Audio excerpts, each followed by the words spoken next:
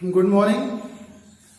आज हम पढ़ने वाले हैं गॉस लॉ का एप्लीकेशन पार्ट 2 और इस पार्ट में हम एक इनफाइनाइट प्लेन शीट, अनंत समतल चादर जो चालक है, कंडक्टर है, उससे r दूरी पर, स्मॉल r डिस्टेंस पर, पॉइंट P पर विद्युत क्षेत्र की तीव्रता की गणना करेंगे। ये हमारी प्लेन शीट है जो अनंत समतल है। इसमें लेंथ है, विड्थ है, लंबाई है, चौड़ाई है, लेकिन मोटाई नगण्य है, ना के बराबर मोटाई नहीं है। जैसे ये बहुत पतली एक शीट है, ऊपर नीचे आपकी तरफ मेरी तरफ इनफाइनाइटली एक्सटेंडेड है, अनंत रूप से विस्तारित है। इसका charge density per unit area, प्रति इकाई क्षेत्रफल आवेश घनत्व तो सिग्मा है। ये हम इसलिए मानते हैं कि जितना एरिया हमारे काम का होगा वो एरिया हम ले लेंगे, और यदि हमें यूनिट एरिया, एकांक क्षेत्रफल का आवेश सिग्मा पता है तो उससे 10 गुना क्षेत्रफल लेंगे तो सिग्मा में 10 सा गुणा कर देंगे, 20 गुना क्षेत्रफल लेंगे तो सिग्मा में 20 सा गुणा कर देंगे। तो जितना एरिया हम अपने काम के लिए सिलेक्ट करेंगे उस एरिया, उस क्षेत्रफल से संबंधित टोटल चार्ज, कुल आवेश को हम ज्ञात कर सकते हैं। इसलिए हमने इस यूनिफॉर्मली डिस्ट्रीब्यूटेड, समान रूप से वितरित आवेश का आवेश घनत्व पर यूनिट एरिया 4 सिग्मा लिया है। ये अनंत समतल चादर है, तो जो प्लस है, थिकनेस है ही नहीं, तो जो प्लस इस सीट पर है वो इस तरफ भी काम करेगा और इस तरफ भी काम करेगा। ये r डिस्टेंस पर पॉइंट P है। हम ऐसा गॉसियन प्रस्थ सेलेक्ट करेंगे, क्योंकि पहला पॉइंट है एप्लीकेशन का सिलेक्शन ऑफ गॉसियन सरफेस। हमें कोई बंद आकृति चुननी पड़ेगी, गॉसियन सरफेस चुननी पड़ेगी, और वो पॉइंट जहां हम विद्युत क्षेत्र की तीव्रता निकालना चाहते हैं वो उस गॉसियन सरफेस या गॉसियन पृष्ठ का हिस्सा होगा, क्योंकि जो गॉस लॉ है वो बंद पृष्ठ पर, क्लोज्ड सरफेस पर ही एप्लीकेबल है, लागू होता है। जैसे ये बेलनाकार पृष्ठ दिखाया गया है जो पॉइंट P से होकर निकलता है, ये ठीक वैसे ही है जैसे ऐसे कोई पृष्ठ हो, ये वाला पॉइंट, ये यहां पर पॉइंट P, ये बंद पृष्ठ है और बेलनाकार पृष्ठ है, क्लोज सरफेस है, सिलिंड्रिकल है और 3 खुले पृष्ठों से मिलकर बनी है। एक पृष्ठ ये सर्कुलर, एक पृष्ठ ये जो कर्व्ड है, वक्रीय है, और ऐसे के ऐसे पृष्ठ इस तरफ भी होगा। यदि सममित बेलन होगा, सिमेट्रिकल सिलेंडर होगा, तो 3 खुले पृष्ठों से एक बंद पृष्ठ मिलकर बनी हुई है। ये प्लेन शीट है, जैसा ये पेपर है, ये प्लेन शीट है, थिन है, अनंत समतल है, इसकी लंबाई चौड़ाई अनंत है, मोटाई 0 है, नेग्जिबल है। ये सिलेंड्रिकल स्ट्रक्चर, ये जो मार्कर है वो इसके दोनों तरफ निकला हुआ है, तो एक सर्कुलर एंड ये है, एक वृत्तीय भाग ये है, दूसरा सर्कुलर पार्ट वृत्तीय भाग ये है, और बीच की पूरी सरफेस ये कर्व्ड है। इस तरह से हम एक सिलेंड्रिकल बेलनाकार बंद पृष्ठ का चुनाव यहां करते हैं। इस P पॉइंट पर प्लेन शीट से डिस्टेंस स्मॉल r है, इस तरफ की दूरी भी स्मॉल r है, तो टोटल लेंथ जो बेलन का अक्ष है, सिलेंडर का जो एक्सिस है, उसकी टोटल लेंथ 2r हो गई, क्योंकि यहां भी हमें उतनी ही डिस्टेंस चाहिए और यहां भी उतनी ही डिस्टेंस चाहिए, क्योंकि इलेक्ट्रिक फील्ड इंटेंसिटी डिस्टेंस पर डिपेंड करती है, दूरी पर निर्भर करती है। और हमें ये तीनों खुले पृष्ठ, ये और इसका कर्व्ड सरफेस, तीनों खुले पृष्ठ सिमेट्रिकल चाहिए, तो सभी पृष्ठों की दूरी इस वाले एरिया से जो हमने सिलेक्ट किया है समान होना चाहिए, सममित होना चाहिए। यहां हम कोई सा भी ds, इस सर्कुलर एंड पर कोई सा भी ds, small area element ds चुनेंगे, तो उसका जो एरिया वेक्टर होगा, उसका जो क्षेत्र सदिश होगा, हमेशा बाहर की ओर। जैसे ये कंडीशन ये है, तो यहां हम कोई सा भी एरिया चुने, उसका एरिया वेक्टर हमेशा कहां जाएगा, कोई सा भी ds, कोई सा भी छोटा सा क्षेत्र यहां चुन लें, उसका एरिया वेक्टर हमेशा बाहर की ओर जाएगा, और उसकी डायरेक्शन कौन सी होगी, इस तरफ वाली। ये प्लस है, सीट पर अगर प्लस है, इस सीट पर प्लस है, तो प्लस से इलेक्ट्रिक फील्ड इस डायरेक्शन में भी बाहर निकलेगा आउटवर्ड, इस डायरेक्शन में भी बाहर निकलेगा आउटवर्ड, यहां भी बाहर और यहां भी बाहर। तो इलेक्ट्रिक फील्ड यहां से कैसे निकल रहा है, यहां से वही प्लस एक्स डायरेक्शन में निकल रहा है और इसका डीएस वेक्टर भी प्लस एक्स डायरेक्शन में है। तो इस सर्कुलर एंड पर ई और डीएस दोनों की डायरेक्शन सेम होंगी। इलेक्ट्रिक फील्ड इंटेंसिटी जो इस प्लस चार्ज के कारण निकलेगी उसकी दिशा और एरिया वेक्टर किसी भी स्मॉल एरिया एलिमेंट, किसी भी छोटे से क्षेत्रफल सदिश की दिशा दोनों ही एक जैसी होंगी और इनके बीच का एंगल 0 डिग्री होगा और cos 0 की वैल्यू 1 होती है। इस सर्कुलर एंड पर आएंगे, इस सर्कुलर एंड पर भी इस तरह की कंडीशन बनेगी। यहां से एरिया वेक्टर आप किसी भी छोटा एरिया एलिमेंट, छोटा सा क्षेत्रफल चुन ले, उसका क्षेत्र सदिश बाहर की ओर होगा यहां। और चूंकि ये प्लस एक ही लेयर का प्लस है, वही इधर काम कर रहा है और वही इधर काम कर रहा है, तो इस प्लस से इलेक्ट्रिक लाइंस ऑफ फोर्स इस तरफ भी निकलेंगी और यहां भी इलेक्ट्रिक लाइंस ऑफ फोर्स बाहर निकलेंगी। तो इलेक्ट्रिक फील्ड कहां है, माइनस एक्स डायरेक्शन में। ऐसे एरिया वेक्टर भी इसका कहां है, माइनस एक्स डायरेक्शन में। इस वाले सर्कुलर, इस वाले वृत्त की रेखा क्षेत्रफल सदिश इस डायरेक्शन में और इलेक्ट्रिक फील्ड इंटेंसिटी भी इसी डायरेक्शन में। तो प्लस जो लेयर है, थिन लेयर है, जिसके पास थिकनेस नहीं है, वो इधर भी इलेक्ट्रिक फील्ड प्रोड्यूस करेगी और इस तरफ भी इलेक्ट्रिक फील्ड प्रोड्यूस करेगी। विद्युत बल रेखा यहां से भी निकलेंगी और यहां से भी निकलेंगी। इलेक्ट्रिक फील्ड यहां भी इस तरफ होगा और इलेक्ट्रिक फील्ड यहां इस तरफ होगा। एरिया वेक्टर और इलेक्ट्रिक फील्ड की डायरेक्शन इस तरफ भी सेम होगी। ई और डीएस के बीच का एंगल 0 डिग्री होगा और cos 0 की वैल्यू 1 होती है। तो ये तो रही वृत्तीय भारों की बात। तो जो सीरीज को मैं S1 बोल लेता हूं, इसको मैं S2 बोल लेता हूं, और जो कर्व्ड सरफेस है, ये वाली जो कर्व्ड सरफेस है, ये इस पूरी कर्व्ड सरफेस, देखिए आप पूरी कर्व्ड सरफेस की एक्सिस से डिस्टेंस सेम होगी। एक्सिस से इस कर्व्ड एरिया के पॉइंट की डिस्टेंस कैसी होगी, सेम होगी। जो हमने सिलेंडर चुना हुआ है, इसका एरिया वेक्टर, हम यहां कहीं भी एरिया वेक्टर चुन लें, आपकी तरफ एरिया वेक्टर चुनेंगे तो कहां जाएगा, आपकी तरफ होगा एरिया वेक्टर। अगर एरिया आपकी तरफ चुना गया तो एरिया वेक्टर आपकी तरफ प्लस जेड डायरेक्शन में। मेरी तरफ मैंने एरिया चुना तो माइनस जेड डायरेक्शन में। अगर यहां ऊपर एरिया चुना तो प्लस वाई डायरेक्शन में।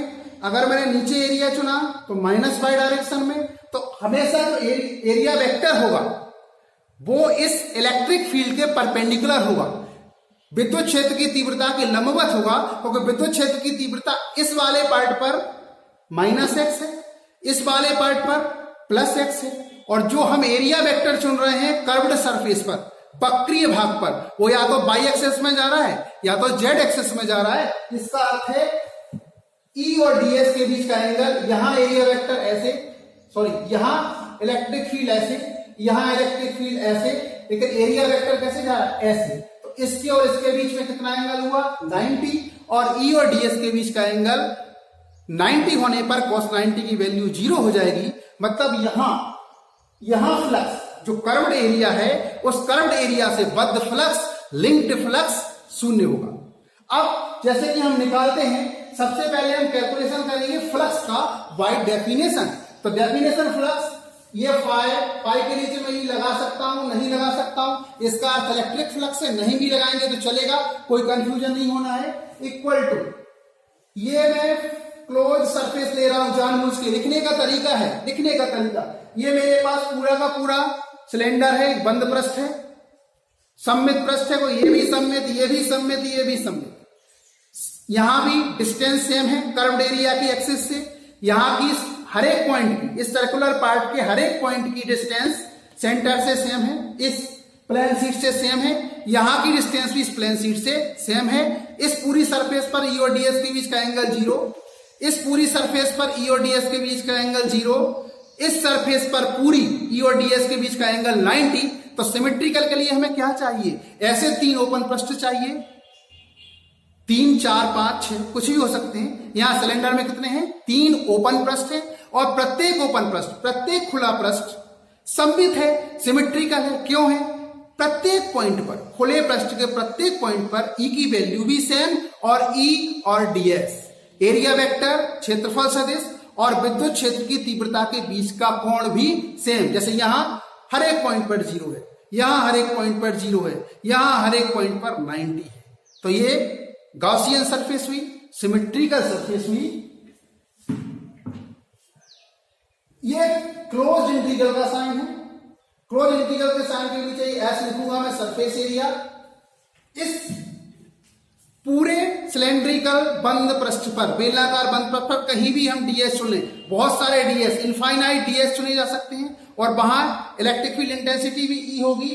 तो पूरे डीएस को जब हम जोड़ देंगे इंटीग्रल से, समाकलन विधि से, तो हम पूरे बंद पृष्ठ के लिए ऐसे लिखेंगे ई, वेक्टर फॉर्म में लिख रहा हूं मैं, तो cos थीटा नहीं लगाऊंगा, ई भी वेक्टर क्वांटिटी, डीएस भी वेक्टर क्वांटिटी, और ये जो बंद पृष्ठ है वो 3 खुले पृष्ठ से मिलकर बना है। S1 यहां भी लिखूंगा मैं ई ds प्लस S2 यहां भी लिखूंगा ई डॉट ds और प्लस S3, यहां ओपन सरफेस है इसलिए मैंने ऐसे साइन नहीं बनाया है, और यहां भी लिखूंगा ई डॉट ds। जब मैं इसको सॉल्व करूंगा, मैं बीच का पार्ट गायब कर दे रहा हूं, इसको मैं जब सॉल्व करूंगा तो इलेक्ट्रिक फ्लक्स आएगा, नेट इलेक्ट्रिक फ्लक्स, जो हम डेफिनेशन से, परिभाषा से कैलकुलेट कर रहे हैं, वो यहां आएगा ई ds cos 0 डिग्री। अब मैंने जब cos ले लिया तो वेक्टर को हटा दिया, ये S1 है, प्लस S2 में ये S1 है, ये S2 है, इसके साथ भी वही कंडीशन है, E और ds के बीच का एंगल कितना है, 0 है, प्लस S3 में E और ds के बीच का एंगल 90 डिग्री है, ये E और ये ds, तो 90 है, तो E ds cos 90। आगे आप सॉल्व करेंगे तो total flux equal to cos 0 की वैल्यू 1 होती है, E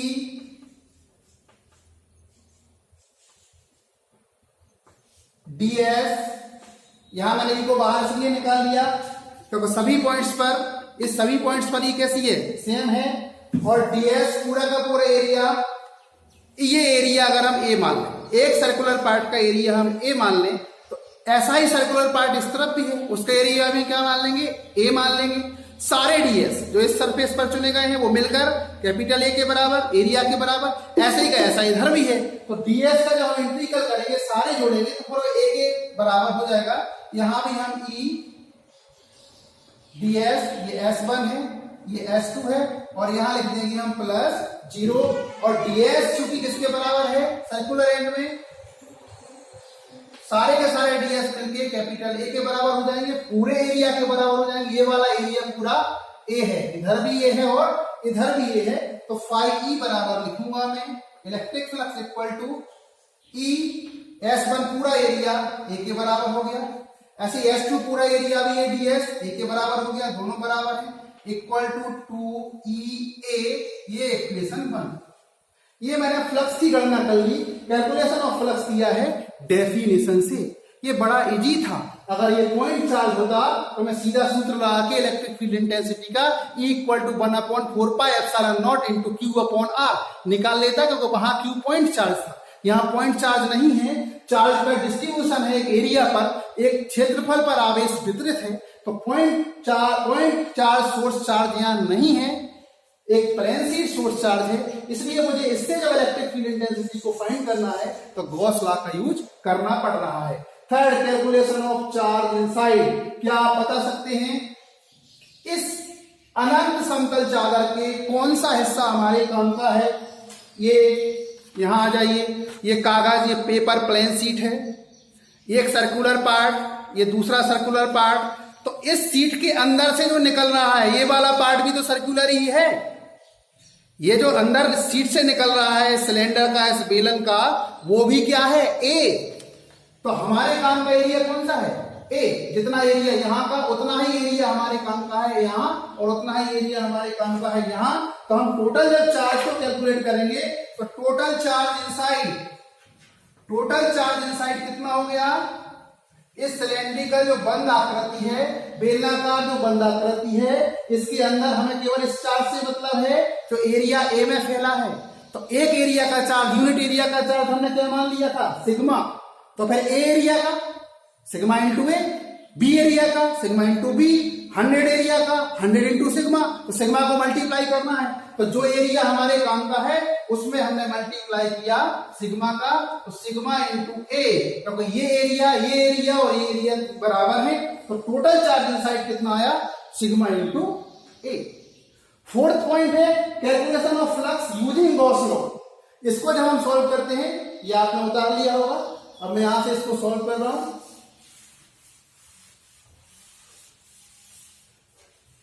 तो गॉस लॉ से applying Gauss law, phi E equal to total charge inside कितना निकाला हमने, सिग्मा ए। हम झांक के देखेंगे उस बंद आकृति के अंदर कितना चार्ज रखा हुआ है, तो सिग्मा ए चार्ज रखा हुआ है उस बंद आकृति के अंदर, अपॉन किससे मल्टीप्लाई, सॉरी किससे डिवाइड करेंगे, एप्सिलॉन नॉट से, यदि मीडियम क्या है, एयर और वैक्यूम। ये हमारा सेकेंड इक्वेशन। फिफ्थ पॉइंट पे आएंगे, दोनों इक्वेशन को इक्वेट करो, ये वाला इक्वेशन 1 और इक्वेशन 2, इसको जब हम इक्वेट करेंगे तो left hand side equal to left hand side और right hand side equal to right hand side. तो ये राइट हैंड साइड है, ये राइट हैंड साइड है। क्योंकि हमें इलेक्ट्रिक फील्ड इंटेंसिटी फाइंड करनी है तो ये पहले लिख लेते हैं 2 ई ए, ताकि हमारा ई इस तरफ रह जाए, equal to sigma A upon epsilon naught, a से ए कैंसिल, ई कैलकुलेट करेंगे तो आएगा सिग्मा अपॉन 2, यहां पहुंच जाएगा 2 एप्सिलॉन नॉट। ये थर्ड है और थर्ड इक्वेशन ही इलेक्ट्रिक फील्ड इंटेंसिटी है डिस्टेंस r पर, लेकिन इस पद में डिस्टेंस है ही नहीं, यहां तो r है ही नहीं। इसका अर्थ यह है कि जब प्लेन शीट होती है, इनफाइनाइट प्लेन शीट होती है, अनंत समतल चालक चादर होती है, उससे उत्पन्न होने वाले विद्युत क्षेत्र की तीव्रता डिस्टेंस पर डिपेंड नहीं करती, दूरी पर निर्भर नहीं करती। वही तीव्रता यहां होगी, वही यहां होगी, वही यहां होगी, वही यहां होगी। डिस्टेंस से इलेक्ट्रिक फील्ड इंटेंसिटी पर फर्क नहीं पड़ता। तो ये capital equal to sigma upon 2 epsilon naught, ये इक्वेशन आपको बताएगा कि अनंत समतल चादर, इनफाइनाइट यूनिफॉर्मली चार्ज, अनंत समान रूप से आवेशित समतल चादर से किसी भी डिस्टेंस पर इलेक्ट्रिक फील्ड को ज्ञात करना हो तो वो सिग्मा अपॉन 2 एप्सिलॉन नॉट होता है। इस इक्वेशन को आप ध्यान रखिएगा। यदि ये शीट डेफिनेट थिकनेस की होती, इसमें थोड़ी बहुत मोटाई होती, जैसे कि यहां है, ये वाली मोटाई है, अगर थोड़ी बहुत मोटाई है तो ये भी सरफेस और ये भी सरफेस, तो चार्ज तो पूरे सरफेस पे फैलता। यहां सरफेस थिनेस्ट है, थिकनेस नहीं है, मोटाई नहीं है, तो जो प्लस यहां काम कर रहा है वही प्लस यहां काम कर रहा है। अगर ये मोटा होता तो फिर यहां भी प्लस चार्ज होता और यहां भी प्लस चार्ज होता, तो कितनी डेंसिटी होती, डबल, यहां का प्लस अलग, यहां का प्लस अलग। तो जो चार्ज डेंसिटी होती, जो इक्वेशन 2 में हम लिख रहे होते, वो कितना होता, 2 sigma A upon epsilon not, क्योंकि एक चार्ज डेंसिटी, एक तरफ की चार्ज डेंसिटी सिग्मा ए होती, दूसरी तरफ की चार्ज डेंसिटी भी कितना होती, सिग्मा ए। तो ये कितना हो जाता, 2 सिग्मा ए, और जब 2 सिग्मा ए हो जाता तो फिर यहां 2 सिग्मा अपॉन 2 एप्सिलॉन नॉट आता और 2 से 2 क्रॉस होता, तो सिग्मा अपॉन एप्सिलॉन नॉट बचता। यदि ये जो शीट है वो अनंत समतल नहीं होती, थोड़ी बहुत थिकनेस, डेफिनेट थिकनेस इसके अंदर होती, लेकिन अभी हम किसकी बात कर रहे हैं, अनंत समतल चादर की, तो फिर हम सिग्मा ए को ही यूज करेंगे और ये सिग्मा अपॉन 2 एप्सिलॉन नॉट हमारा फाइनल एक्सप्रेशन होगा। इस पर डिपेंड आपको बहुत सारे क्वेश्चंस आते हैं। ये ए और बी दो अनंत समतल पतली चादरें हैं, इन पर जो पर यूनिट एरिया चार्ज है वो सिग्मा है, दोनों पर चार्ज डेंसिटी एक सी है, दोनों पर आवेश घनत्व एक सा है। आपको 3 पॉइंट दिए, ये पी, एक सेंटर में दिया क्यू, एक इधर दिया आर, डिस्टेंस से कोई फर्क नहीं पड़ता। इस पी पॉइंट पर आपको इलेक्ट्रिक फील्ड इंटेंसिटी ज्ञात करनी है, विद्युत क्षेत्र की तीव्रता ज्ञात करनी है। तो जो ए चादर से इसकी दूरी कम है, बी चादर से, बी शीट से इसकी दूरी ज्यादा है, लेकिन दूरी पर इलेक्ट्रिक फील्ड इंटेंसिटी यहां डिपेंड करती ही नहीं है, विद्युत क्षेत्र की तीव्रता निर्भर होती ही नहीं है। तो ये प्लस, इस पर कहां इलेक्ट्रिक फील्ड लगाएगा, प्लस से दूर होता है इलेक्ट्रिक फील्ड। तो इलेक्ट्रिक फील्ड मान लीजिए ए चादर के कारण इस पर E1 है, जो माइनस एक्स डायरेक्शन में काम कर रहा है, बी सीट भी पॉजिटिव है, इससे भी जो इलेक्ट्रिक फील्ड होगा वो बाहर की तरफ होगा।